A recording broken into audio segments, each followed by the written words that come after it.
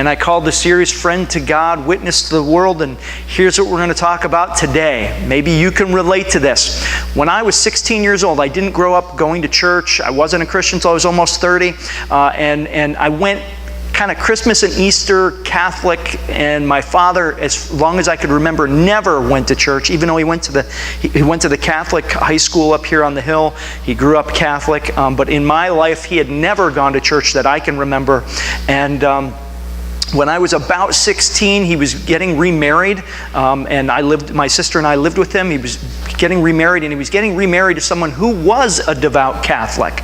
And so they wanted to get married in the Catholic Church. Suddenly, going to church became important to my father, and I was like, what? I'm like 15 years old now. What is this all about? And so what happened was, by that time, I already had my own ideas, my own perspective, I guess you could say, on God, and it didn't seem all that important to me. I think I believed in God, but certain things happened to me, including this. They wanted to be married in the Catholic Church.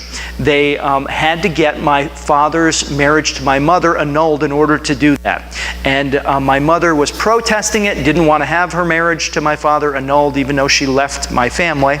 And so what happened was, eventually it went up to like the next higher office and the next higher office, and supposedly it came from some pencil pusher in the Vatican, and the answer came back, and they said that they would annul my father's marriage to my mother so that they could be married in the Catholic Church.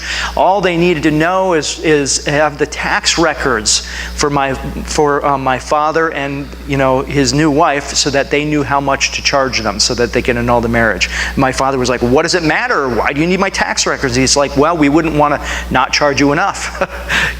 So at that moment, I decided that church was all about making money and keeping order in society. That they were concerned about people being good boys and girls, and they were concerned about making money, because that's certainly what it seemed like as a 16-year-old from my perspective at the time.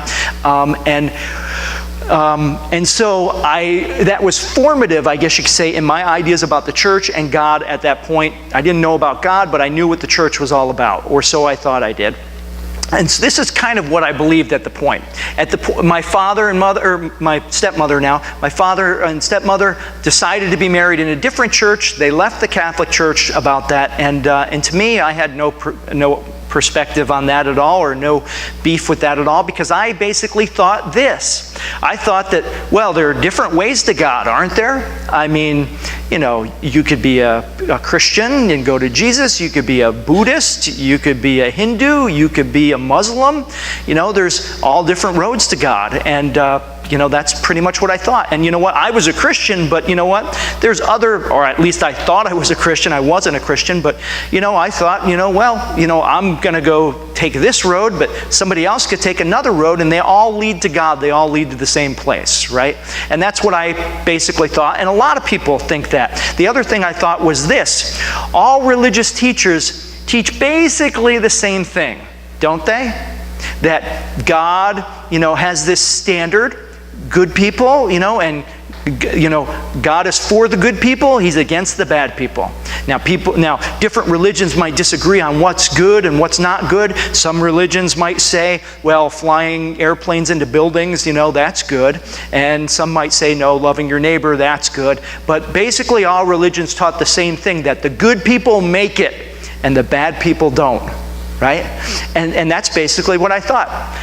And we are going to talk about those two things over this week, and then we're going to skip it with the baptism next week, and then go back to this same line of reasoning and thinking next week. Now, the following week after the baptism, but this week we're going to really drill down on this first one, and that's this: that there are different ways to get to God, aren't there? I mean, because even a lot of Christians believe that. So you need to know what Jesus says about people that claim to lead others to God. Jesus makes some statements today, and the statement that he makes and the analogy and the picture that he gives says something about people who claim to lead other people to God. And you need to know that, especially if you're like I was and you think to yourself, well, I'm a Christian, but my friend is a Muslim, or my friend is a Hindu, or my child, my son, my daughter is just spiritual, and we're all going to wind up in the same place anyway.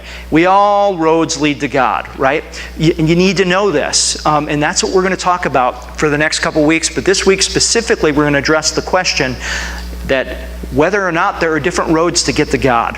Whether or not you can believe Jesus and believe that there are other ways to get to God. Specifically, that question we're going to address.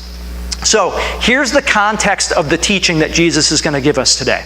Here's what's happening. And you might remember, if you've been with us, Jesus meets a man who's born blind, and he basically gives him his sight back as a miracle. He gives this man born blind his sight back, and they bring this man. They can't believe this blind beggar has been given his sight back. The people around him, the people who knew him, bring him to the religious leaders, to the Pharisees, and the Pharisees, are there to corroborate a miracle and to praise God for it and to accept him into the church or into the synagogue.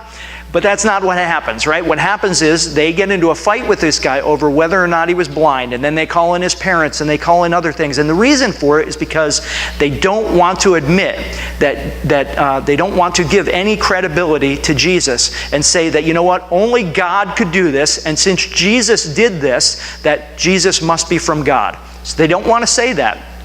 So here's what's happening. They kick the man out of the synagogue because this man who's been given his sight back has had a miracle done, and he's basically witnessing to them about Jesus and about God. He's teaching the experts who should know more about God than he does, but they don't, and they reject what he's saying. They kick him out of the synagogue, and now he's standing there, and who finds him? Jesus. Jesus finds him, and now, in addition to giving him his physical sight, he gives him spiritual sight. The man believes in Jesus, hears Jesus' voice, hears Jesus' teaching, believes, places his faith and trust in him as not just the person who provides sight, but the person physical sight, but the person who would provide for him spiritual sight and his Savior and Lord.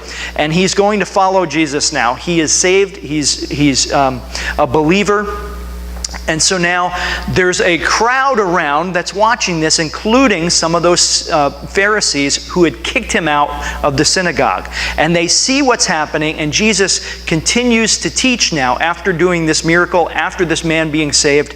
And here's what he says. He says, "Very truly, I tell you, Pharisees, anyone who does not enter the sheep pen by the gate, but climbs in by some other way, is a thief and a robber. The one who enters by the gate is the shepherd of the sheep." Now here's what's going on. If you were standing there and you were watching what was going on as a person in the crowd, you saw Jesus heal this man, you saw this man come to faith in Jesus, and then you see the religious leaders are saying one thing, and the ones who in the society were the moral people, who were the religious people, the ones who spoke for God to people of that culture and time, and then you saw Jesus and he's saying something completely different, and the two of them are against each other. Who do you believe? Who do you listen to? You've got to determine who is it out of these two people that actually speaks for God. Who is it that out of these two people actually represents God? Well, we have the man who did a miracle, the man who did the thing that only God could do. Is he from God, or are the religious leaders, because they are prominent in the church, or because they have a PhD, or because they know more Bible than anybody else, are they the ones who speak for God? So here's what happens. Jesus begins to teach them all standing there, including those Pharisees who were against him, and he tells them a story about sheep that you and I don't really get. So I'm going to explain it to you a little bit. He says, "Very truly, I tell you, Pharisees," the religious leaders at the time, "anyone who does not enter the sheep pen." Some of them could also say sheepfold, but we don't know what a fold is. A fold is like a pen, right? Your Bible might say fold. And a fold is like a pen. It's like a corral. Let's say it's like a corral. We're familiar with like a corral. If you go to a farm and there's a corral, corrals in the horses, and what would happen would be at night, there would be multiple shepherds in the neighborhood, multiple shepherds in the town, and they would all bring their sheep to the same place, the same sheepfold or the same sheep pen, and they would put their sheep in there, and the sheep would mix all together, and it was a way of keeping them safe while the shepherds were at home sleeping, or while they were away, or while they were whatever was going on. And so what happens is the shepherds would bring them in there, they would be safe in the pen, and then the shepherds would hire a man to watch the gate, somebody watching the gate. And the only way in and out would be through the gate, unless someone was to go over the wall or something like that. Sometimes they used a cave for this, sometimes they used like a giant pen for this, but basically the only legitimate way for the sheep to go in and out was through the gate. And the only legitimate way for the sheep to go in and out safely would be is if the shepherd came, called his sheep, and his sheep followed that shepherd. So this is what he's talking about. Jesus is giving him this picture of what's going on, and he says, I tell you, anyone who does not enter the sheep pen by the gate, but climbs in by some other way, is a thief and a robber. In other words, if you had sheep in that pen, you were the shepherd, you go there and you call your sheep out and they follow you out. But if you're there because those aren't your sheep, and you're there because you're going to steal those sheep or kill those sheep, what would happen is they would go over the wall, they would go over the fence, and they would slit the throat of the sheep. They would steal the fleece, and they would take the sheep, and they would, eat the meat or whatever. They would steal the sheep. And so, thief gives the connotation of this: someone who deceives by trickery. They trick them somehow into stealing it. Maybe they lead the gate person away, the person guarding the gate, and they steal some sheep out or something. Or maybe, some other way would be by violence. That's what robber connotates. Somebody who just takes the sheep by violently taking it, rips it over the wall, or slits its throat and pulls it over the wall, far away from the gate where the gatekeeper won't see it, or while the gatekeeper is sleeping, or something like that. Only the legitimate person who owns those sheep, the shepherd, comes to the gate and is okayed by the gatekeeper and takes the sheep out. Anyone who goes any other way other than that, by that legitimate gate, is not the shepherd. They're a thief or a robber. The one who enters the gate is the shepherd of the sheep. And this is what Jesus is getting at here. And then he says, the gatekeeper opens the gate for him. Him who? The legitimate shepherd, the owner of those sheep. And the sheep listen to his voice. It's kind of like this. If you have, I don't know about sheep, but there were goats at my house last night. A guy walking his goats down the street, and his goats follow him. He's raised these goats since they were little. And it's kind of like, my dog too. I can whistle and my dog comes running. If a stranger shows up, my dog is very leery of a stranger, right? It's the same thing apparently with these sheep. That the sheep would be mixed together in this pen, and the shepherd would show up and he would call to his sheep, and they would follow him because he was their shepherd. And another shepherd would go the other way, and he would call or whistle or have a call that he used for his sheep, and they would go that way. And then, he would count his sheep, make sure he had them all, and that's how it would work, which is kind of interesting, which seems odd, except, if you have dogs and you're playing at the dog park, and another person has dogs and they're playing at the dog park, you call your dogs, they call their dogs. Kind of the same thing, right? That's kind of what he's saying here. This is apparently what used to happen. He says the gatekeeper opens the gate for the shepherd. The sheep listen to his voice. He calls his own sheep by name. He's got like a personal relationship like you have with your pets maybe. That's the kind of relationship that Jesus has with his followers, that God has with the people who belong to him. He calls his own sheep by name. He leads them out. When he has brought out all of his own, he goes on ahead of them, and his sheep follow him because they know his voice. He's talking about the man that he taught the same thing, and he was teaching on the same thing that he taught to the blind man. But the blind man who had gained his sight listened to Jesus, heard his voice, and was recognized by him and recognized him. The Pharisees who he had taught to and had seen miracles, they didn't listen to Jesus. They didn't hear Jesus' voice. They didn't follow him. And it's the same way today. You stand there, You may hear God's voice. You may hear Jesus' voice when we read the scriptures. And you know what? One person's saved, another person isn't. Why not? Well, because he or she probably didn't belong to his fold. Or maybe they weren't called yet. Okay? So that's what he's saying. And then he says, but they will not follow a stranger, just like I talked about with the dog. And, like my dog probably wouldn't follow it. It depends on who it is, but they wouldn't follow a stranger. In fact, they will run away from him because they do not recognize a stranger's voice. Now, Jesus used this figure of speech, not a parable, but this figure of speech, this story, picture, right?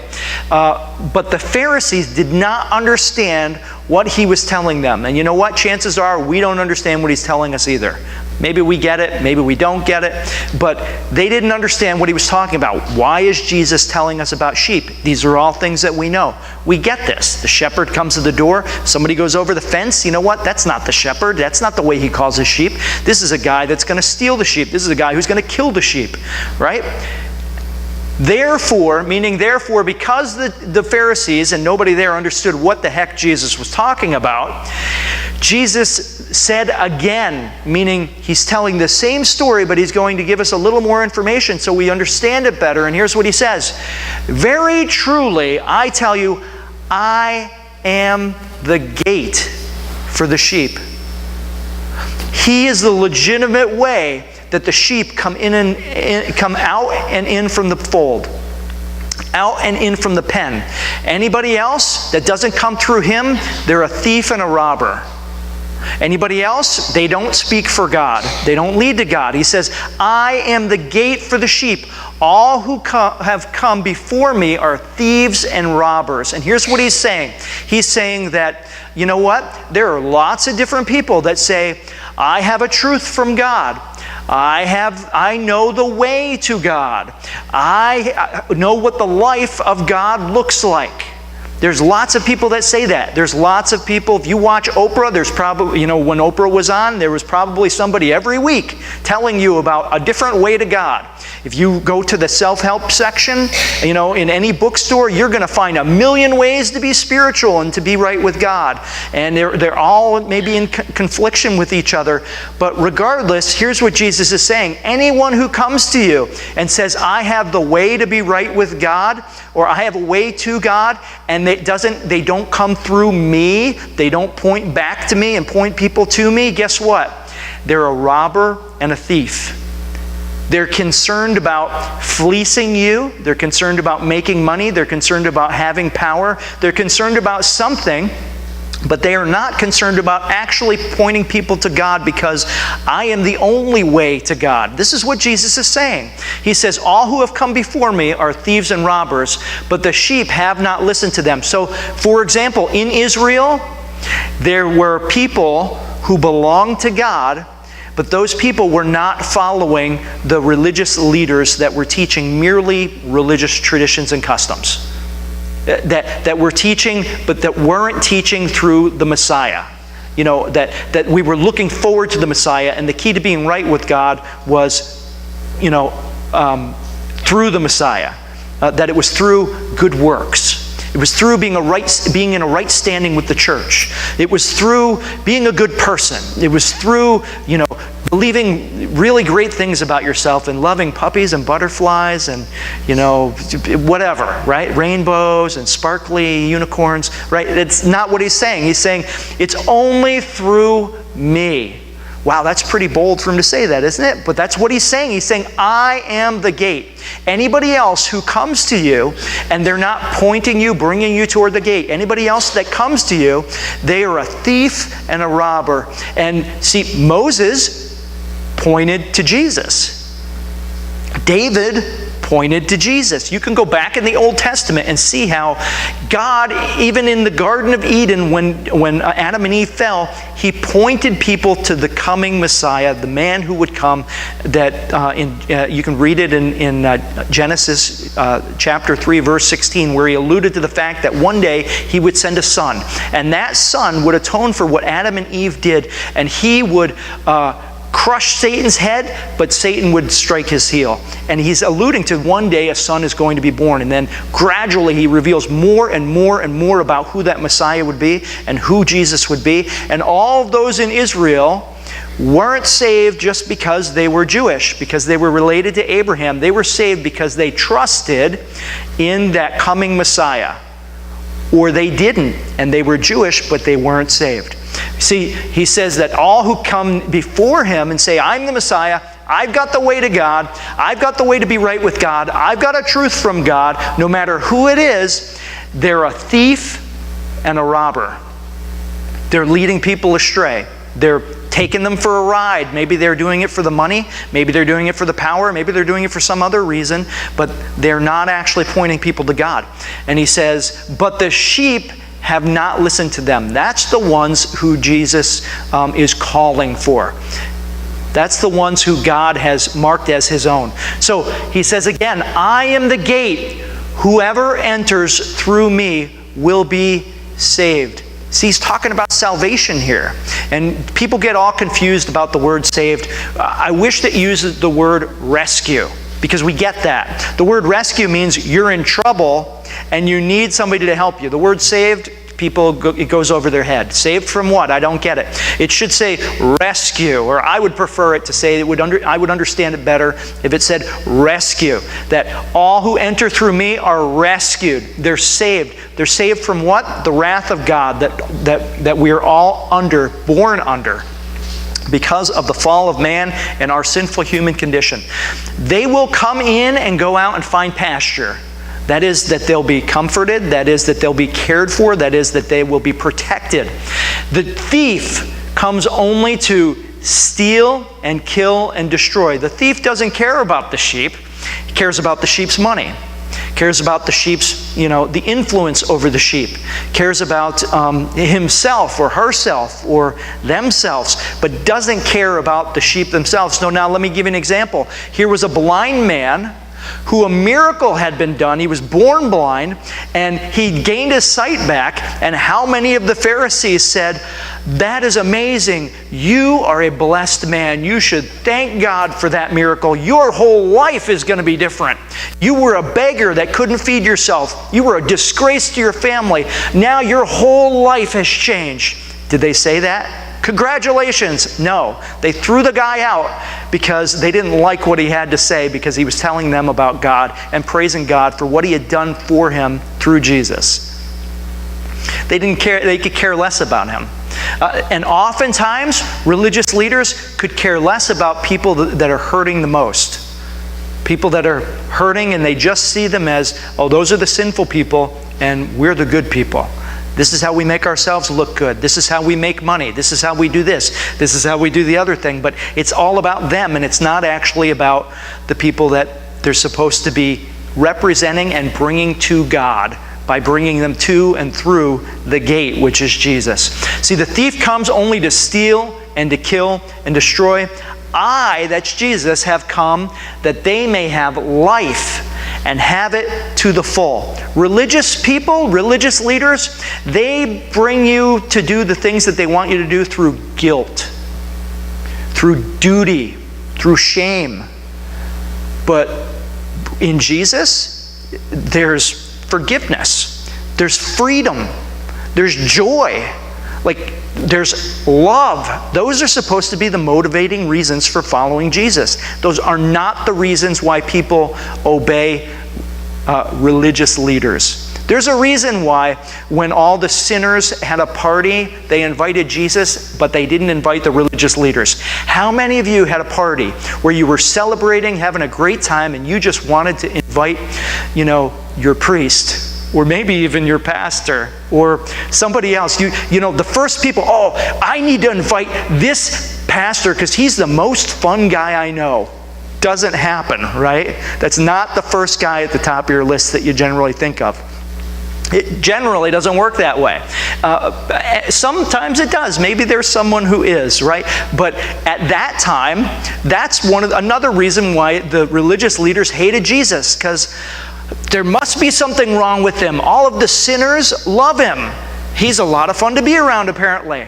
Well, how come they don't invite us to their parties? But he's always invited to their parties. So the thief comes to destroy, steal, kill. I have come that they may have life and have it to the full. Here's the bottom line. Well, not the bottom line yet. But here's what he's saying. And I'm sure that some people are going to be upset about this. Jesus is claiming to be the only way to God, the only legitimate way to take the sheep out of the sheepfold, right? And the sheepfold, the sheep pen, was Israel, was Judaism. It was the religion of the day. The only legitimate way to bring them out of that fold was for the pastor to come through the gate. The shepherd to come, which interestingly enough, you guys are going to get a bonus today. Ready? You're going to get your money's worth today, all right? The word shepherd is the Latin word pastor. The Latin word pastor actually means shepherd. So that's what he's talking about. When the pastor, when the shepherd came to the gate, to the sheep, the real shepherd, the real pastor, leads them to the gate, which is Jesus, the only legitimate way to God. So Jesus is claiming to be the only way to God, the only way. In fact, is that really what he's claiming? Because some people say, oh, no. Jesus didn't claim to be the only way to God. Jesus claimed to be a way to God. A way to God. Well, I'm only going to give you one verse, but this one should prove it. There's plenty of them, but here's what Jesus is saying. In John 14, chapter 6, 14, verse 6, he says this. Jesus answered, I am the way and the truth and the life. No one comes to the Father except through me. See, there have been lots of people throughout history. There's lots of teachers in the past, lots of people who claim to be the Messiah maybe, I don't know. And lots of people today that claim to be leaders and teachers and pastors and spiritual guides and authors, and they all want to tell you about God, and they all say, you know what? I have a way to be right with God. Jesus says, I am the way. The only person that ever said, no, I don't have the way, I am the way.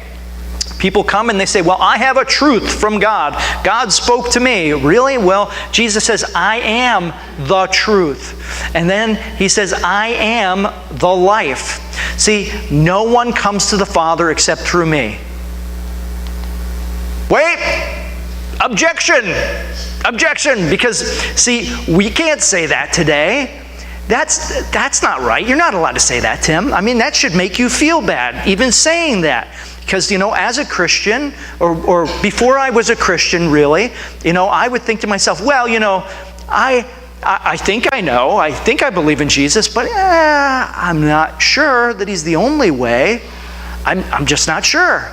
I think I believe Jesus, but who am I to say that somebody else isn't the way? Somebody else doesn't have another way to God, right? I mean, Jesus being the only way to God certainly seems very unfair and exclusive, and that's a no-no today, right? You can't be exclusive. You can't be unfair. I mean, that's the worst thing that somebody could say about you, that you are not fair, and that is being exclusive, and that's like the biggest sin of all today in our society to say that, isn't it? Right? How could Jesus possibly say that? Well, I'm going to look at this objection for you in two ways today. I need you to put your thinking cap on a little bit. So we're gonna look at this objection to Jesus being the only way to God, seeming unfair and exclusive. I mean, after all, what about the Buddhists? They are sincere and they are faithful. Oh, they're faithful. What about the Jehovah's Witnesses? They're sincere and they're faithful. And what about the Hindus? And what about the Muslims? They're sincere and they are faithful. Absolutely. I'm not saying that they're not sincere, and I'm not saying that they're faithful. I'm just saying they have the wrong object of their faith. That's all. I'm not saying that they're not sincere, not that they're not faithful. Well, that seems unfair, especially when you look at the light of this, that all of those other religions recognize Jesus. They all recognize Jesus. They all say, wait a minute, Jesus was a great moral teacher. Jesus was a prophet, even a prophet of Islam, they even say. Jesus was was this person. Jesus was that person. They all recognize Jesus and they all esteem Jesus. There's just one problem. Jesus doesn't recognize any of them. We just looked at it. He doesn't recognize any of them. He says they are thieves and they are robbers. That's unfair to say that, right? See, here's the first problem with the objection that it's unfair, okay? Is this. Unfair is not the same as untrue, right? There are lots of things that are not fair, but nonetheless, they may be true. It's not fair that a baby is born addicted to crack because of something its mother did, but nonetheless, it can be true, right? It's not fair that, I was born short and fat, but nonetheless, here I am, right? It's maybe not fair, but it's true, right? Fairness is never really an indicator of truth. Fairness is not a good gauge, not a good indicator of whether or not something is true. And we should be looking at whether or not something is true, not whether or not it's fair. See, we really don't want fair. Fair is really a cop-out. Let me tell you what fair is. Fair is a way for people to say that they don't really like something. Fair is a way of saying that somebody didn't get what they wanted, right? Because you never hear somebody say, you know what, I only played the lottery once, and my friend has played it every week for the last 20 years and never won, and I played it one time and I won the lottery. That is so unfair, I'm going to give the Powerball jackpot to my friend. Right? People don't say that, right? They don't say that because it's only unfair when it happens to them, right? That's the way that it goes. So, for example, things I have never heard in my life at my house. If you have kids, you know what this is like. It's only unfair when they don't like it. So here's something that I've never heard at my house. You know, Dad, it's so unfair. I got more Christmas presents than my brother and sister. Right? You don't hear that, right? It's always, it's not fair, they got more. It's never, it's not fair, I got more, right? So let's just cut the fairness thing and say, even sometimes, you might even protest for somebody over something that isn't fair, but you're probably not willing to give them all of your money when it's not fair, or to give up your rights when it's not fair. So fairness is, number one, not the same as being true, not an indicator of truth. And we really don't want fair because fair would mean we get exactly what we deserve and no more. And when it comes to God, forgiveness from God is sure better than fairness from God. Right? I would prefer to have forgiveness from God rather than fairness from God because, I fall short every single day, and so does every other person who's ever been born. I don't want fair, God. Thank you. I want forgiveness, right? And because God loved us, right? Because God loved us, He chose mercy and grace and not fairness. He chose to deal with us with mercy and grace and not fairness. See, some religious leaders, the Pharisees, for example, they dealt with people based on justice, not with forgiveness and fairness and mercy and grace. And maybe you've been at other churches or other pastors or other teachers where they dealt with people like that and they said, okay, you know what? You're a bad person. You don't deserve this. You're not right with God. But luckily for us, God sent His Son Jesus who said, you know what? You're a bad person and I'm not going to give you fairness. I'm going to give you forgiveness. I'm going to give you mercy. I'm going to give you grace, exactly what you don't deserve. See, fairness, whether or not something is fair, is not the same as being untrue. And you and I, if we're really honest with ourselves, would far prefer forgiveness to fairness. Here's the next one. Exclusive. The next objection is, well, wait a minute. You're being exclusive. If Jesus is the only way to God, God is being exclusive, and that's no good. You can't be exclusive. But here's what exclusive actually means. Exclusive means that there are people who are not welcome because they could not meet the requirement. This is an exclusive country club. The cost to get in is $100,000 a year for membership. You don't have that money, you are excluded from membership. That's exclusive. That's exclusive. Not Christianity, not following Jesus. That's not exclusive. In fact, what could be more fair and more inclusive than this? Everyone is welcome. Everyone. All who believe. Everyone is welcome. Everyone gets in the same way. There's no varsity team and junior varsity team. There's no, you are a pastor who placed your faith and trust in Christ and you do these great works, and this person, they just slipped in under the door because, they're just a regular person. That's not the way it works. Everyone gets in the same way, through the door, through the gate, through Christ. Everybody can meet the requirement. You don't have to be born a certain race. You don't have to be born in a certain religion. You don't have to be from a certain country. You don't have to speak a certain language. You don't have to have a certain skin color. You don't have to be a male or a female. You don't have to be any of those things. Everybody can meet the requirement of Christianity. You don't have to keep a certain set of rules that, I've tried and I fail, and I tried and I fail.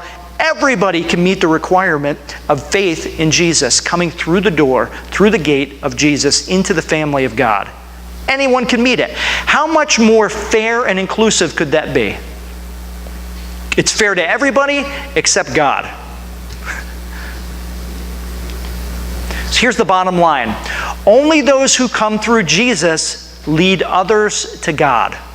This is basically what Jesus is talking about. The pastors, the shepherds, right? Only those who come through the gate, only those who come through Jesus lead others to God, because He is the only way to God. All right, here's the implication of this. Ready? If you are following someone and they are not leading you toward Jesus, they are not leading you to God. If you have a teacher, an author, a pastor, a priest, a spiritual guide, a friend, whatever it is, and they are telling you about the works you have to do, about the things that you have to do in order to be right with God, about you have to be this and that, and you have to be a member into the church, you have to get this degree, you have to do that, you have to do this other thing, you have to jump through this religious bell and this whistle and this, custom and this tradition.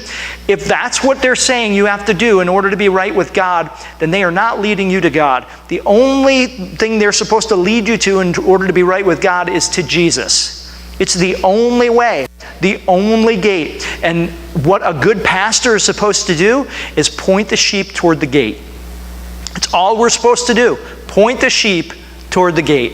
We're supposed to point to Jesus, and we're not supposed to say, I'm a good person, be like me. We're not supposed to say, that's a good person, be like him. We're not supposed to say, these are our rules and our traditions. You follow them and you'll be right with God. We're supposed to say, I am a sinner just like you, and I've received God's forgiveness and mercy and grace. And you know what?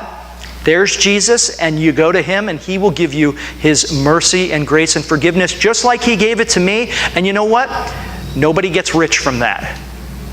Nobody gets, high and respected from that. I mean, nobody respects me when I tell them about the sin that I've dealt with in my life. I mean, you shouldn't be putting me up on a pedestal. You should be saying, boy, God is really gracious that He forgave that guy. He's so gracious that He could forgive me too.